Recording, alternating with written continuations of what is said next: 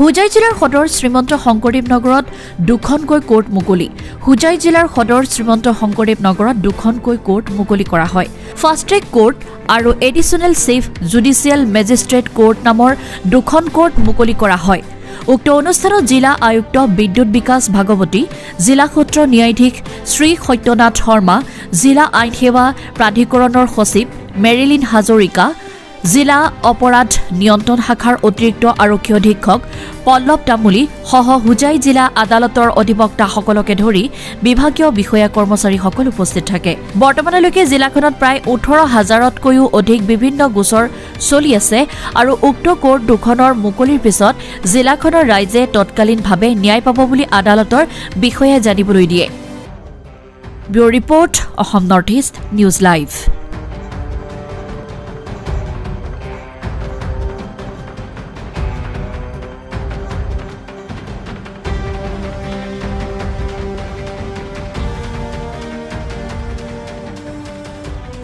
আজি আমি জানুৱাৰী ইংৰাজী নৱবৰ্ষ 2025 চনৰ এই জানুৱাৰী 9 তাৰিখে আমি ইয়াত একগোট হৈছোঁ আমাৰ হুজাই জিলা ন্যায়পালিকাৰ অন্তৰ্গত দুখন আমাৰ কোৰ্ট প্ৰথম কোৰ্টখন হ'ল এডিশনেল ডিষ্ট্ৰিক্ট এণ্ড ছেছন জাজ ফাষ্ট ট্ৰেক কোৰ্ট আৰু দ্বিতীয়তে হ'ল আমাৰ এডিশনেল চিফ জুডিচিয়েল মেজিষ্ট্ৰেট কোৰ্ট এই দুখন কোৰ্ট আমাৰ যেতিয়া 2020 চনত অসম চৰকাৰে আমাৰ হুজাই ডিষ্ট্ৰিক্ট জুডিচিয়াৰীখন ক্ৰিয়েট কৰিছিলে তেতিয়াৰ পৰাই আমাৰ এই দুখন কোৰ্ট বিভিন্ন আমাৰ ইনফ্ৰাষ্ট্ৰাকচাৰৰ অসুবিধা বিল্ডিঙৰ অসুবিধা এইবিলাকৰ কাৰণে আমাৰ ভেকেণ্ট হৈ আছিলে যি কি নহওক আৰু 2022 চনত ইংৰাজী 2022 চনৰ জুলাই মাহত তেতিয়াৰ chief justice of honourable Guwahati high court justice R.M. ছায়াদেৱ তেখেত আমাৰ হুজাই ডিষ্ট্ৰিক্ট জুডিচিয়াৰী ভিজিট কৰিছিলে আৰু তেখেতে মানে তেওঁৰ আগ্ৰহত আৰু লগতে আমাৰ তেতিয়াৰ ডিষ্ট্ৰিক্ট জাজ সন্মানীয় শ্ৰী আদিত্য হাজৰিকা ছাৰৰ নেতৃত্বত আৰু লগতে বৰ্তমান আমাৰ ডিষ্ট্ৰিক্ট জাজ সন্মানীয় শ্ৰী সত্যনাথ শৰ্মা ছাৰৰ নেতৃত্বত আমাৰ এই প্ৰজেক্টটো আমাৰ যিটো আমাৰ ৰেণ্টেড কোৰ্টৰ এই প্ৰজেক্টটো ইয়াত দুখন কোৰ্ট আমাৰ এতিয়া বৰ্তমান আজিৰ পৰা ফাংচনেল হ'ব আমাৰ প্ৰজেক্টটো আৰম্ভ হৈছিলে আগষ্ট 2022 চনৰ পৰা আৰু এই বিভিন্ন ইয়াত আমাৰ বিভিন্ন আমাৰ বিভাগীয় যোগাযোগ হৈছিলে আমাৰ বিভিন্ন ক্ষেত্ৰত আমাক জিলা প্ৰশাসনে আমাক সহায় কৰিছে PWD ডিপাৰ্টমেণ্টে তেওঁলোকে আমাক সহায় কৰিছে আৰু আমাৰ এই হুজাই ডিষ্ট্ৰিক্ট জুডিচিয়াৰীৰ সমূহ ন্যায়িক বিষয়া লগতে আমাৰ মৰমৰ কৰ্মচাৰীবৃন্দৰ একক প্ৰচেষ্টাত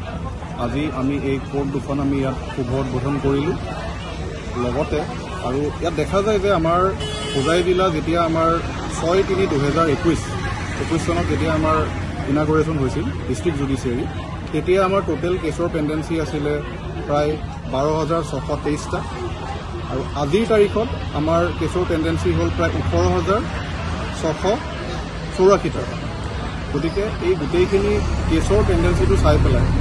আমাৰ এই দুখন কোৰ্টৰ খুবেই আমাৰ ইয়াত জৰুৰী আছিলে আৰু আমি আটাইখিনি আমাৰ বিভিন্ন বিভাগীয় বিষয়া কৰ্মচাৰী আৰু আমাৰ জুডিচিয়েলৰ আমাৰ গোটেইখিনি অফিচাৰ ষ্টাফ মিলি পেলাই তেওঁলোকৰ একক প্ৰচেষ্টা আজি আমি এই সাফল্য পাইছোঁ আমি কোৰ্ট দুখন আজি ইনাগুৰেট কৰিলোঁ আৰু ইয়াৰ দ্বাৰা হুজাই জিলাৰ সমূহ ৰাইজৰ ন্যায় ব্যৱস্থাটো একেবাৰে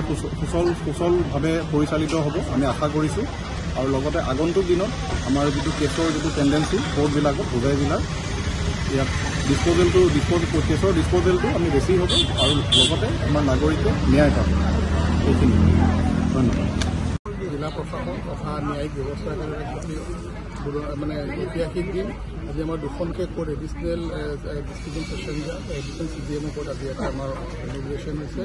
আৰু হুজাই যিহেতু মানে পৰিসংখ্যাৰ পিনৰ পৰা অতি হেভি লোডেড ডিষ্ট্ৰিক্ট কেছৰ পিনৰ 18,000তকৈ বেছি কেছ আজিৰ তাৰিখত আছে গতিকে দুখন নতুন কোৰ্টে মই ভাবোঁ যে আমাৰ গতিশীলতা আনিব ৰাইজক সোনকালে ন্যায় প্ৰদান কৰিব পৰা হ'ব